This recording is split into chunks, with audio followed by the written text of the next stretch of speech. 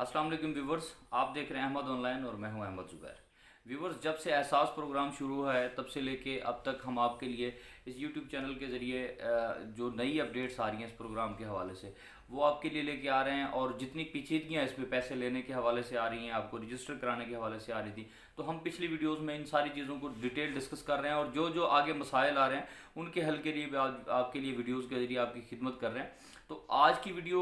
एहसास प्रोग्राम के हवाले से है, बड़ी अहम वीडियो है क्योंकि आजकल बहुत सारे लोगों को मसाइल हुए हुए हैं। पिछली वीडियोस में लोगों ने कमेंट्स करके सवाल किए, तो मैंने सोचा कि एक डिटेल वीडियो बना के आपका ये मसला हल कर दिया जाए। अब उसमें कोई 5-4 सवाल जो है वो बड़े अहम सवाल पूछे गए हैं कि किसी का अगर वालिद फौत हो गया तो वो क्या करे, अगर कोई बंदा खैबर पख्तूनख्वा का रिहायशी है और वो कराची में रहता है तो वो पैसे वहाँ से कैसे वसूल करेगा, उसके पास पैसे आ जाएंगे। अगर किसी के उंगलियों के निशान जो है वो फिंगरप्रिंट्स नहीं आ रहे तो वो बेचारे लोग कहाँ जाएं, वो कैसे अपने पैसे वसूल करें। किसी का आईडी कार्ड अगर एक्सपायर हो चुका है तो एक्सपायर आईडी कार्ड वाला पैसे कैसे ले सकता है। इसके अलावा आप कौन कौन सी बैंकों की ब्रांचेस से हम जो है वो पैसे ले सकते हैं। अगर हमारे पास एक और सवाल ये पूछा गया कि जी हमारा जो एड्रेस है आईडी कार्ड पे अगर वो लाहौर का लिखा हुआ है और हम जो है वो सिंध में कहीं रह रहे हैं तो हम पैसे कैसे वसूल करेंगे। तो इस जैसे जो बुनियादी सवाल हैं जो आपके लिए इंतहाई ज़रूरी हैं वो हम इस वीडियो में डिस्कस करने जा रहे हैं। अगर आपने अभी तक मेरा चैनल सब्सक्राइब नहीं किया तो जल्दी से सब्सक्राइब के बटन को क्लिक कीजिए, बेल आइकन को क्लिक कीजिए और इस वीडियो को लाइक कीजिए। मेरी आपसे हमेशा गुजारिश होती है कि वीडियो को लाइक कर दिया करें। आपकी वीडियो के लाइक करने से हमें ये हौसला होता है कि यार हम मज़ीद अच्छा काम करें आप लोगों के लिए। इस यूट्यूब चैनल से जो है वो गवर्नमेंट की जितनी भी नई पॉलिसीज़ हैं, जितने भी नए ऐलानात हैं, जितनी भी नई स्कीम्स हैं, उसके हवाले से हम आपके लिए इंफॉर्मेशन लेके आते हैं, आपके लिए डिटेल उनकी इन्फॉर्मेशन लेके आते हैं कि आप उन स्कीम से कैसे फ़ायदा उठा सकते हैं। तो जल्दी से यूट्यूब चैनल को जो है वो सब्सक्राइब कीजिए और बेल आइकन को क्लिक कीजिए ताकि हमारी जो नई वीडियोस हैं वो आपका नोटिफिकेशन आपको बर वक्त मिलता रहे। आप जल्दी से वीडियो को लाइक कीजिए और हम चल रहे हैं अपनी मेन वीडियो की। व्यूवर्स, वज़ीर-ए-आज़म पाकिस्तान की जानिब से मुस्तहिक फैमिलीज़ को अब तक एहसास कफ़ालत प्रोग्राम के तहत जो है वो 44 लाख से ज़ायद ख़ानदानों को 50 अरब रुपए से ज़ायद की रकम जो है वो इस वक्त तकसीम की जा चुकी है और अभी भी ये रकम की तकसीम का सिलसिला जो है वो पूरे पाकिस्तान में जो है वो जारी है। अब यहाँ पे कुछ लोगों को पेमेंट्स मिल गई हैं, कुछ लोगों को बहुत सारे मसाइल आ रहे थे जिसके हवाले से आज हम ये वीडियो बनाने जा रहे हैं ताकि आपको जो मसला आ रहा है वो मसला आपका हल हो और आप गवर्नमेंट की इस इमदाद से भी फ़ायदा उठा सकें और वबा के इन दिनों में अपने आप को माली मसाइल से और माली परेशानियों से जो है वो महफूज रख सकें। तो इस हवाले से आपके सवालों का जवाब देने के लिए हम ये वीडियो बना रहे हैं, तो आप हमारे साथ रहिए। और अब हम चलते हैं आपके पहले सवाल की जानिब कि जी जिन लोगों के वालिद या वालदा अहल हैं इस प्रोग्राम के लिए और उनको अभी तक जो है वो मैसेज आ चुका है लेकिन वो उनके वालिद या वालदा घर का सरबराह जो है वो फौत हो चुका है, तो उनको पेमेंट जो है लेने के लिए क्या तरीक़ाकार अख्तियार करना पड़ेगा। तो इस हवाले से मोहतरमा सानिया निश्तर साहिबा ने जो है वो वाज़े तौर पे जो है इसकी पॉलिसी बता दी है। सानिया निश्तर साहबा ने अपने एक ट्वीट में बताया कि एहसास एमरजेंसी कैश की जानिब से अगर आपको अपने वालदैन या शरीक हयात की अहलियत का पैगाम मौसूल हुआ है और उनकी वफ़ात हो चुकी है तो आप 0800-26477 पर रब्ता करें। मरहूमीन के नाम अहलियत के जारी करदा पैगाम की बुनियादी वजह यह है कि इनके वर्सा ने नादरा के रिकॉर्ड में अमवात का इंदराज नहीं कराया हुआ। अब नादरा में अपडेट कैसे होगा, उसका इंदराज कैसे होगा जिनके वालदैन जो है या शरीक हयात या जो भी हैं वो फौत हो चुके हैं अगर, तो वो उनको पैसे कैसे मिलेंगे। तो उन्होंने वाज़े कर दिया है कि अगर आपके वालदैन या आपकी शरीक हयात फौत हो गई हैं तो उनकी फौतगी की इतला जो है इस हेल्पलाइन पे देकर आप अपना स्टेटस अपडेट कराएं और उसके बाद आप जाके ख़ुद वो पैसे वसूल कर सकेंगे।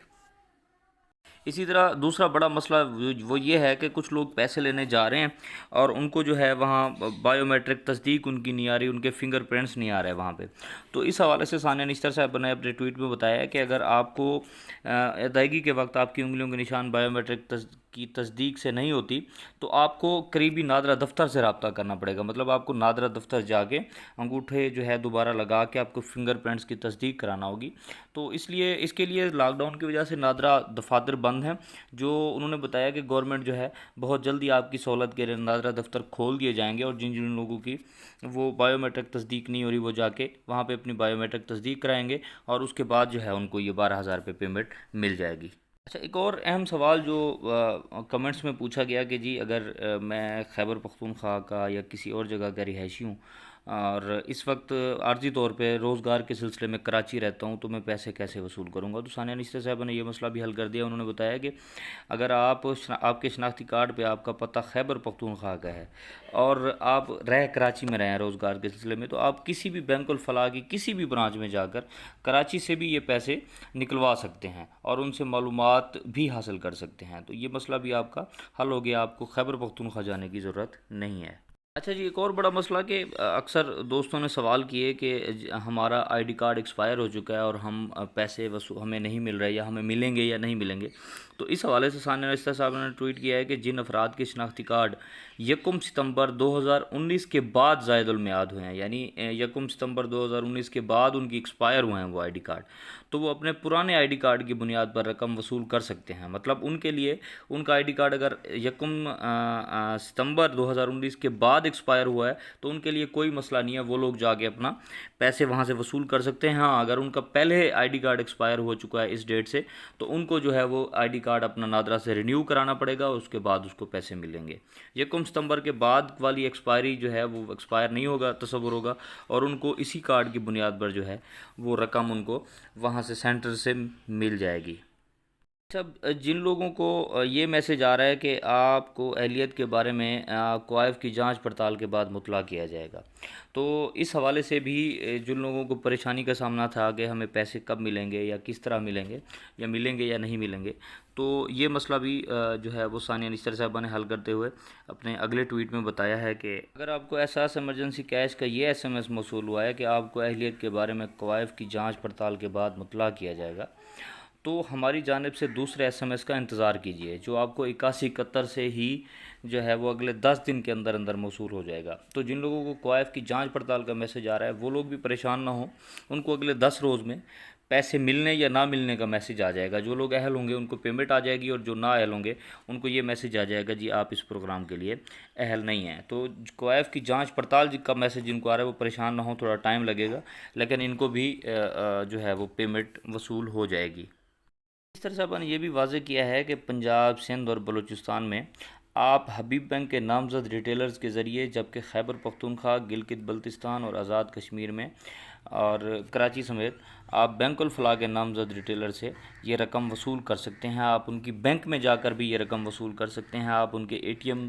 मशीन पे जाके जो है तब भी अपना ID कार्ड नंबर देकर ये रकम वसूल कर सकते हैं। सानिया निश्चित साहब ने वाज़े तौर पे बताया है कि एहसास इमरजेंसी कैश प्रोग्राम के हसूल के लिए जो इसकी आखिरी तारीख रखी गई है वो 19 अप्रैल है, और आज उसका आखिरी दिन है।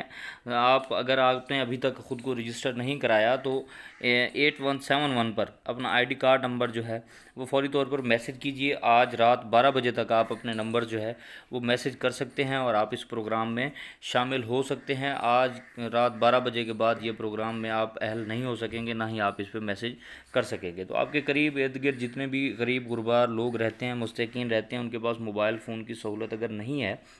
तो आपकी ये ज़िम्मेदारी बनती है कि आप उनके ID कार्ड नंबर लेके 8171 पर मैसेज कीजिए, ताकि उन लोगों को भी गवर्नमेंट की इस स्कीम से और इस इमदाद से जो है उनका फ़ायदा हो, उनके घर का चूल्हा जल सके। करता हूँ कि आपके जितने भी सवालात थे उनके तफसीली जवाब आपको मिल चुके होंगे और आप इन परेशानियों से बच जाएंगे, और आप इमदाद की रकम के हसूल के लिए आपको परेशान नहीं होना पड़ेगा।